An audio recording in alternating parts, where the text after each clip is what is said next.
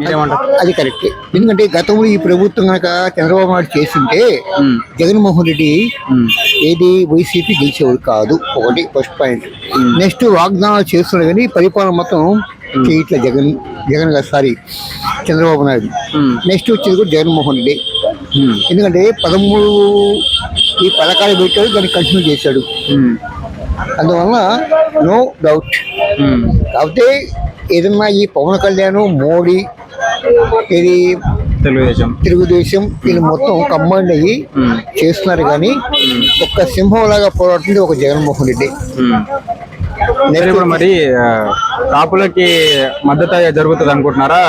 మద్దతు జరుగుతుంది అని చెప్పేసి ఇప్పుడు పిఠాపురంలో మన పవన్ కళ్యాణ్ గారు చేస్తున్నారు కదా. Okay okay. మరి అక్కడ మళ్ళీ క్లాస్ ఎగ్జామ్స్ చేశారు, చాలా బాగుంది ఇది. కాపులకి అక్కడ వంగ గీత నిలబడింది, ముద్రగడ పద్మనాభం సపోర్ట్ చేస్తున్నాడు. అందువలన ఈ నమ్మట్లేదు మన పవన్ కళ్యాణ్ నమ్మట్ల జనం. ఎందువల్లంటే నమ్మడం కారణం ఏంటంటే ఆ గ్రామంలో ఉండేది ఈయన వంగ గీత, ఆమెకి సపోర్టెడ్ ముద్రగడ పద్మనాభం. నెక్స్ట్ వచ్చేసి పవన్ కళ్యాణ్ చేసామనుకో ఆయన సినీ షూటింగ్ లో ఉంటాడు, ఎక్కడ ఉంటాడు ఏమో మా తిక్కోలేము అని చెప్పేసి వాళ్ళ డౌట్స్. అందువలన అక్కడ ప్లస్ పాయింటే. నెక్స్ట్ మరి కూటమి ఎందుకు వస్తున్నాడు సార్? మరి కూటమి అంటే ఒకప్పుడు ఎన్డీఏ కూటమి ఉంది, చంద్రబాబు ఒక టైంలో వచ్చేసి వాళ్ళకి ప్లస్ గా చూశాడు.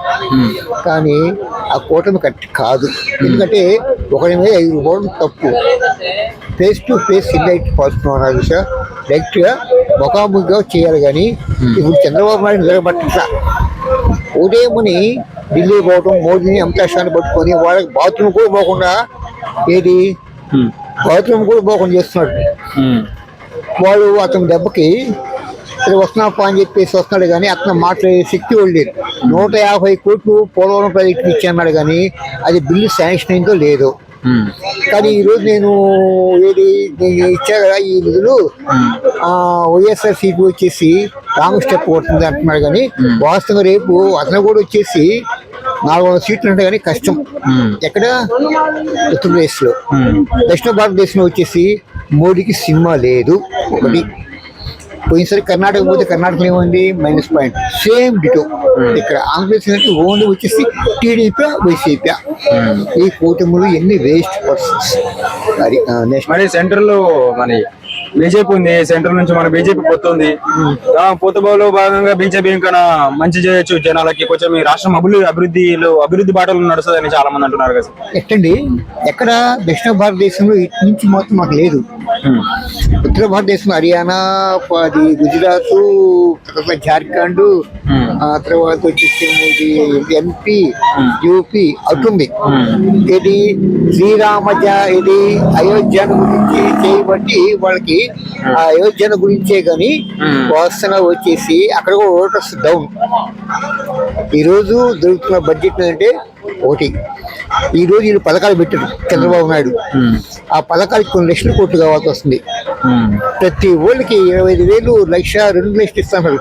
ఆ రోజు ఈ పథకాలు ఏమైంది? ఇదేమైంది? జన్మభూమి కమిటీ అన్నాడు, ఆ కమిటీ అన్నాడు. కానీ కేవలం వచ్చేసి లేబర్, బీసీలు మాత్రం లెక్క తీయలేదు.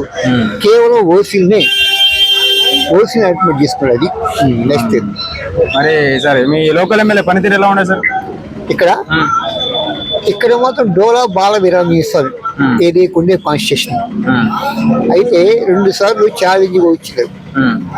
ఎట్టొచ్చాయంటే ఇక్కడ వెంకయ్య, మాదాస్ వెంకయ్య, తర్వాత వచ్చేసి అశోక్ బాబు, వీళ్ళతో చేస్తుంటే వాళ్ళ టికెట్ వీళ్ళు, వీళ్ళ టికెట్ వాళ్ళు గందరగోళం చేసేసి 953 ఓట్లు ఓడిపోయాడు మాదాస్ వెంకయ్య.